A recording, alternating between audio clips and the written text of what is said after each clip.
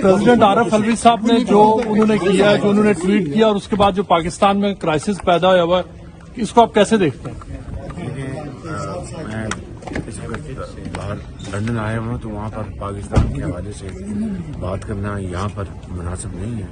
صرف میں یہ کہوں گا کہ صدر پاکستان کو اگر جو آج بیان دیا ہے اس کی انکوائری ہونی چاہیے، اور انکوائری کے ذریعے، شفاف انکوائری کے ذریعے دودھ کا دودھ اور پانی کا پانی ہو جائے گا.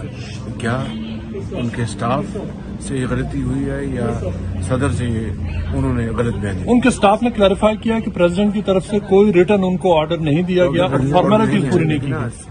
سمری جو ہوتی ہے، میں اگر کوئی سمری بھجواتا ہوں بطور وزیر اعظم تو میں اس کو خود سائن کرتا ہوں. اسی طریقے سے صدر کسی بل کو اگر اس کو ایکسیپٹ کرتے ہیں تو وہ سائن کرتے ہیں، اگر ریجیکٹ کرتے ہیں تو وہ سائن کرتے ہیں.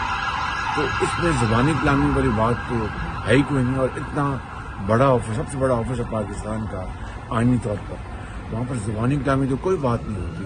تو میں سمجھتا ہوں کہ اس کا ایک شفاف انکوائری ہو، پتہ چل جائے گا کہ کون غلط. لیکن صدر صاحب نے اتنے دن انتظار کیوں کیا؟ یہ ایک بذات خود ایک بڑا سوالیہ نشان ہے کہ ان کو اب یاد آیا.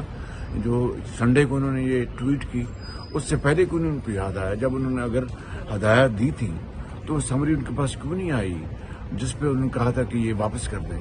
تو میں سمجھتا ہوں کہ یہ معاملہ کوئی اتنا آسان نہیں ہے، صدر صاحب کو اس کا جواب دینا پڑے گا.